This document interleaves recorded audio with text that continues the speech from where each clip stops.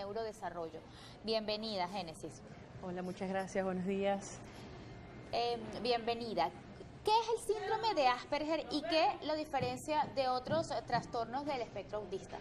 Bueno, fíjate, el síndrome de Asperger es uno de los trastornos del neurodesarrollo y forma parte de este grupo, lo que nosotros llamamos trastornos del espectro autista.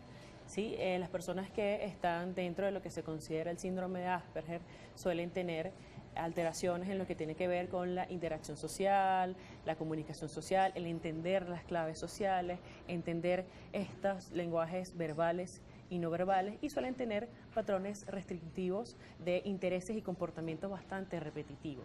Es decir, son personas que pueden enfocarse mucho en un mismo tema, que les gusta muchísimo unas cosas, o tienen un repertorio muy limitado de intereses. Sí, y bueno, son de estas personas que suelen tener estas dificultades para relacionarse con las otras personas. ¿Qué se diferencia del autismo? Bueno, fíjate, realmente el Asperger forma parte de lo que se entiende como el trastorno del espectro autista. Entonces, cuando hablamos del espectro, hablamos de una gama de manifestaciones de este trastorno bastante amplias, donde varía es su intensidad en la manifestación. Entonces, estas personas que conocemos como Asperger son aquellas que tienen las capacidades de socializar, pero que tienen estas fallas y estas dificultades en hacerlo. Muchos lo definen como una forma de autismo de alta funcionalidad. ¿Tú estás de acuerdo con esta frase? Y si es así, ¿a qué hacen referencia con alta funcionalidad? Bueno, lo que hace referencia con alta funcionalidad es que las manifestaciones del diagnóstico no suelen ser tan marcadas.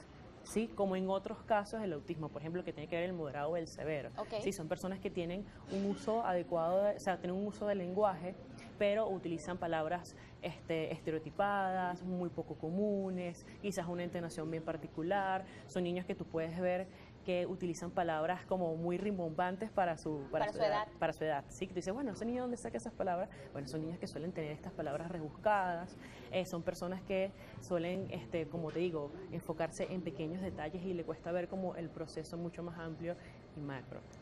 También pues aseguran que en la mayoría de los casos son niños genios. Y te pregunto, ¿es verdad? ¿Esto va ligado quizás a su coeficiente intelectual?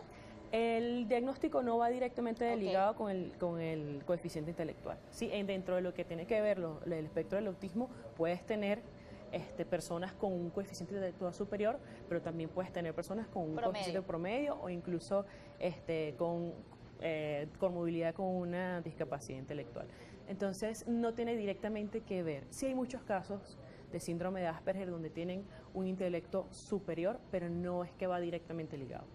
A manera de resumen, ¿cuáles son esas señales que pueden indicarle a un padre que su hijo pues, puede tener síndrome de Asperger? Ya tú mencionabas algunas a lo largo de la entrevista, pues hablabas del tipo de frases que pudieran utilizar, pero ¿pudiéramos enumerar algunas?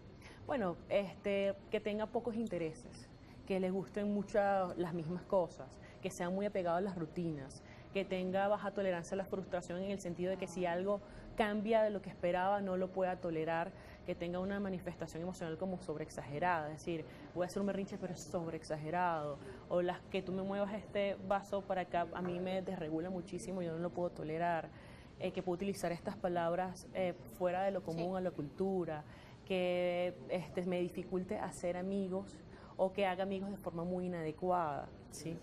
Ese tipo de cosas. ¿Cuáles son los factores de riesgo, Génesis? ¿Hay un componente genético pues, en las personas que tienen síndrome de Asperger? Bueno, fíjate, eso es una pregunta bastante interesante porque hay muchas investigaciones que sí van apuntando a decir que hay un factor genético. Sin embargo, decirte cuál es la causa específica aún está en estudios, ¿sí? Pero sí se han identificado, bueno, hay estudios donde se hablan, donde hay gemelos, donde uno de ellos está dentro del espectro autista y hay mayor probabilidad de que el otro esté, o que hayan personas en la familia que ya tengan un trastorno del neurodesarrollo, estén dentro del espectro y tengan hijos también con la misma condición. ¿Los niños, los varones, están más propensos a padecerlo? Fíjate que a nivel de investigación se ha considerado que hay un porcentaje mayor de varones. Sin embargo, eso es una investigación muy interesante porque la comunidad científica también apunta en que la manifestación del autismo en las niñas puede ser diferente. Y lo que puede pasar con las niñas es que no se ha diagnosticado de forma adecuado. Eso todavía está en estudios. Ciertamente hay un mayor índice de los varones cuando decimos que en las características típicas, pero hay niñas que pueden estar dentro del espectro y que no son diagnosticadas, bueno, porque las manifestaciones son distintas. Las niñas son mejores enmascarando los síntomas, suelen tener como mejores habilidades para pasar desapercibidas y por eso es que quizás haya menos porcentaje de niñas diagnosticadas.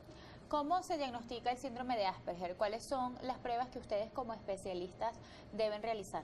Bueno, lo primero es entender cómo ha sido el desarrollo del niño, ¿sí? Eso empieza con el pediatra, deberían estar identificando cuáles son los factores de riesgo y luego pasar más al tema de los especialistas en que nosotros hacemos entrevistas del desarrollo, se hace también una interconsulta con neuropediatría para determinar todas estas cosas. ¿Es todo un equipo médico? Es todo un equipo médico, neuropediatras, psicólogos, terapeutas de lenguaje, terapeutas ocupacionales, y que todos hacemos una exploración y se determinan las características del niño. Aceptación del diagnóstico es un tema que me gusta tratar porque, bueno, los padres no están preparados quizás para criar a un niño con síndrome de Asperger. Ustedes también pues guían a los padres también deben cuidar su salud mental. Sí, de hecho el tema de la aceptación del diagnóstico es bastante complejo, ¿sí? Ningún padre cuando va a tener un hijo se espera que tenga un tipo de condición. Y puede entrar en negación, a lo mejor tú me estás diciendo que mi hijo lo tiene y yo me niego. Exactamente, eso suele suceder, ¿sí? Bueno, porque los padres no esperan esto, ¿no? Claro. Aunque no significa que sea no es una sentencia. No es una sentencia, pero es algo bastante duro porque existen muchos prejuicios a nivel social. Entonces la aceptación del diagnóstico es algo muy importante que nosotros solemos trabajar en consulta. Porque un padre que no acepta y no comprende el diagnóstico de sus hijos es un padre que le puede costar más dar las condiciones para que el niño pueda mejorar y pueda adaptarse mejor a nivel social. Entonces pasa mucho por la aceptación de la familia. La mejora del niño pasa mucho por la aceptación de la familia. Gracias, vamos a hacer nuestra primera pausa. Hoy estoy conversando con Génesis Gómez, ella es psicóloga clínica, hablando sobre el síndrome de Asperger.